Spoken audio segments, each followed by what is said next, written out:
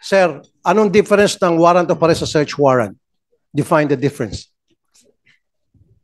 Sir, yung search warrant is yung person ang target po, unlike po sa search warrant is ang subject po is yung mga bagay. Sir. Mga bagay. So, di ba, para ikaw ay makapag-serve ng warrant of arrest sa isang tao na nasa loob ng bahay, kailangan mo din ng search warrant. Yes or no? No, sir. Actually, pwede po namin i-serve yung warrant of arrest. Ano man po ang location No, niya at nasaan man po siya, sir. sandali. Nasaan dito yung NAPOLCOM? NAPOLCOM, makinig kayo, sir, ha? Sabi, pinadefine ko sa kanya ang difference ng search warrant sa warrant. Sabi niya, yung warrant is for a subject, a person. Yung search for a thing. Okay ako doon. Now, sabi ko, pag ikaw ay mag-serve ng warrant sa isang tao na nasa loob ng bahay, dapat ba kailangan mo ng search warrant? Sabi niya, no. NAPOLCOM, ano po opinion nyo? Your Honor, maraming po salamat. Kung hindi naman po magse-search sa loob ng bahay at hahanapin lang yung taong kinakaukulan na nakalagay naman doon sa warrant of arrest, hindi na po. At hindi na po kailangan ng search warrant? Hindi na po kailangan pansamantala na wala naman pong hanapin sa loob. Yung warrant of arrest lang po ng taong kinakaukulan. So, ibig sabihin, anybody can enter the house of anybody kung sa tingin nila nandoon yung kanilang target. That is very dangerous, Attorney Bernardo. So, ibig sabihin, lahat ng pulis natin, basta't meron siyang hawak na warrant of arrest, pwede niya pasukin kahit na kaninong bahay, kahit na bahay mo. Kasi tulad ng sinabi nito, meron kami information na itong subject namin ay sa bahay ni Attorney Bernardo, pwede ka nang pasukin. Without the probable cause. Yung sinasabi mo, kung meron kang probable cause, kung nakita ng dalawang mata mo, o kung nakita mo dyan sa bintana na nagpapaypay, nakabukas ang bintana, then there's that probable cause. Pero kung wala kang nakita, base lamang sa chismis na sabi ng asset, nandyan yung subject, kailan mo ng search warrant naman siguro, Attorney, sir? If I may quote, Your Honor, please. Yes, sir. Narito po sa Section 11 ng Rule 113. Right of officer to break into building or enclosure. An officer, in order to make an arrest, either by virtue of a warrant or without a warrant, as provided in Section 5, may break into any building or enclosure where the person to be arrested is or is reasonably believed to be, if he is refused admittance thereto, after announcing his authority and purpose. Your Honor, gusto ko lang pong i-qualify, hindi po tama yung proseso nila sa pag-serve ng arrest warrant. Dapat hindi po sana ganun. Dapat nagpresenta muna sila, nagsama, gaya po ng sabi po ni Ginoong Chairman, dapat dala-dala nila yung uniformadong PNP officer at yun ang pagsaserve nila. Kasi kung intelligence yung purpose nila, hindi sila yung mag-a-arrest. Dapat merong arresting officer talaga na nakasuot ng uniforme at merong body-worn camera. Granting for the sake of argument, kung wala ho body-worn camera, meron silang alternative na barangay recording. chairman, barangay tanod, pwede siguro. Kasama po dapat yun na meron ding sanang elected officer na barangay tanod. Hindi kami sumasang-ayon sa proseso nila, Your Honor. Okay, let me tell you this, Attorney Bernardo, and magkamag-anak kayo? Hindi po kami, ngayon ko lang sila nakita. Medyo malungkot nga lang. Okay. Once upon a time, I had this program, Philippines Most Wanted, sa PTB4. What it was is nanghuli kami ng mga wanted na may warrant. Sumasama po ako sa CIDG. There were several occasions na alam ng CIDG, base sa asset na isinumbong sa amin, and then kami, pinitam sa CIDG, may hawak na warrant, na nandyan sa bahay, kinikasing po namin. Hindi po pinapasok ng CIDG yung bahay. We wait, kuminsan umabot kami ng 2 days, kinikasing namin yan. Ngayon, paglabas, sa kadampot. Meron pa isang insidente, nagpanggap yung CIDG na magdi-deliver may delivery dito, LBC, nag-uniforme pa. May delivery para kay ganito, kay Juan. Paglabas ni Juan, ikaw ba si Juan? Tapos may kasamang picture. Ako nga po, sabay posas. Hindi pinasok yung bahay. Yung sinasabi mo kung gano'n, then we have to revisit that law, Mr. Chair, and we have to amend that law. Napapayagan pala. Ang baka sinasabi mo yung while in hot pursuit, siguro. You don't need a search warrant if it's kung yung suspect ay tumatakbo at nakita mo pumasok sa bahay, yun ang probable cause, pwede ka na mag-break in pursuit of a suspect. Pero kung yung, Mr. Chair, yung base lamang sa sabi-sabi ng asset na sa bahay ni Attorney Bernardo, yung suspect, papasukin na agad, payag ka, papasukin na agad, magbe-break in, dala lang warrant of arrest, how would you feel?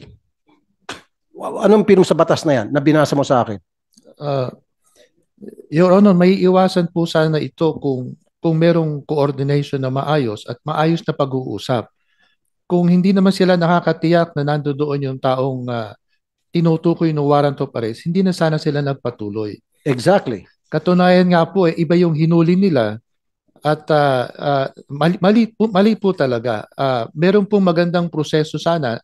Yung hindi pagsuot ng body-worn camera, nagpapahiwatig na hindi po tama yung proseso. Maling-mali from the start, Your Honor. And also, Mr. Chair at Attorney Bernardo, sabi mo sa lahat ng kapulisan natin, kung gusto na pumasok ng bahay at sa palagay nila diyan nagtatago, kumuha sila ng search warrant sa korte.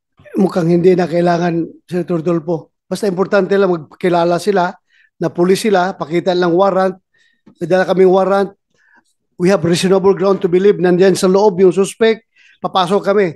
Ang mali lang nito nila, pagpasok, ibang suspect din na ginawa pa ng istorya na nakipagsunto, lumaban, direct assault. So, ibang nangyari. Mr. Chair, why am I talking about this? This is not the first time. Siguro, ipupul ko sa mga videos ko sa Wanted sa radyo, 5 times na papasukin ng pulis yung bahay. Kasi meron daw silang warrant of arrest. At sa maraming pagkakataon na yun, wrong house. At syempre, nandun na rin sila. Kaysa makasuhan sila, dadamputin nila yung tao doon. Tulad nangyari dito, dahil sa direct assault. Kasi syempre, papalag ka, Mr. Chair, sino ka? Hindi ka naman pulis. Diba? Kaso talaga abutin ito nila. Pero yung spirit of the law naman na yan, ano yung rules of court? Rules of court po, Your Honor. Rules of court. Rules of court po yun na. Ang spirit niya is gusto talagang bigyan, i-empower yung ating law enforcement dahil kung wala yung rule na yan, inutil ang pulis natin. Hindi siya makahuli ng warrant ng isang tao na may warrant of arrest na nasa loob ng bahay. No. Hindi siya pwede mag-break in. Tama, Mr. Agree. Yan ang spirit Kasi yan. Gusto talaga tulungan ang pulis makahuli. Doon sa Philippines Most Wanted, tulad sinabi ko kanina, sa PTB for many years ago, kinikasing po namin yung bahay. For 2 days and 2 nights, kasama po ako, magkikasing kami. Nakaabang kami dyan. Nakasibilyang close yung mga sa IDG. After 2 days, lumabas yung suspect sa kadinampot. Yeah. Tapos sabi ko, pangalawa, Mr. Chair, nagpanggap na delivery ng LBC. Magdi-deliver kay Juan. May deliver para kay Juan, kumatok. Nandiyan ba si Juan? Ano yan? Sabi nung kasambahay. Eto, may package. Lumabas si Juan. Inaresto. Malinis. Yung diskarte, kung paano mag-diskarte na hindi natin mabiolate ang batas. Ito talaga sa kanila, mali na nga yung ginawa, dinagdagan pa ng mali. Kasi ibang tao ang kinulong. So, Attorney Bernardo, maling-mali yung proseso nila na they should not have done that. Sabi mo, dapat may police. Sabi nila, yung may kasamang uniform personnel. Yung uniform personnel, sabi niya, a few blocks away. Sabi niya, a few blocks away. Tama po ba yun? Mali po yun. Dapat kasama po. Dapat katukin muna at kausapin yung naninirahan sa loob ng bahay na kung saan tiyakin yung yung warrant of arrest na dapat tiyakin ko anong bahay kasi nakadescribe puro kung saan bahay huhulihin at yung pangalan ng tao. Kung natitiyak nila na nasa loob, kausapin muna At kasama dapat yung pulis na naka-uniformado at merong mahigpit yung kautusan kasi ng Supreme Court na dapat merong body-worn camera eh. Kung tama po yung proseso, yun, maaari silang paniwalaan. Pero sa una pa lang po, hindi tama eh. Yeah, you are raising your hand. Yeah, ano gusto mo sabihin? Sir, Your Honor, considering the fact po na armed and dangerous yung hinahanap po namin, talagang hindi na po kami makakalapit dyan ng may uniform personnel at mayroon na po kaming history na natakasan po kami nun. And for the information, sir, yung pong target of operation namin na yan ay nahuli na rin po. Dyan din po sa block po na yan, malapit po dyan. Nakakulong na po ngayon, sir. Yun nga, naintindihan kita, gusto mo talagang mahuli yung tao na subject of the warrant of arrest. But in doing so, you don't have to violate protocols. You don't have to violate the law. Sinasabi sa ating rules of engagement, sa ating police operational procedure, na dapat may kasama kayong, when you effect the arrest, dapat meron kayo kasamang yung unipermadong pulis na mag-aresto. Kayo kasi intelligence kayo. You should be limiting yourself sa function nyo as intelligence, to gather intelligence, information. Doon lang kayo. Pero pag aresto, dapat ang arresting officer, kuha na, yung naka-uniforme na. Eh, so what kung hindi nyo nahuli? Basta wala lang kayong kaso. Di ba? Oh, gustong-gusto nyo mahuli. Binayulit naman nyo yung batas. Binayulit yung police operational procedure. So, mali yun. Intindihan ko kayo. As a mga intel operative, gustong-gusto talaga nyo mahuli. Pero wag naman to the extent, at the expense of violating the police operational procedure. Mali yun. Okay, Mr. Chair, 2 points lang. Ano. Ito ang binabasa kanina ni Napolcom Commissioner. Sabi dito, a police officer in order to make an arrest with or without warrant may break into a building or enclosure where the person to be arrested is or is reasonably believed to be in. Believed.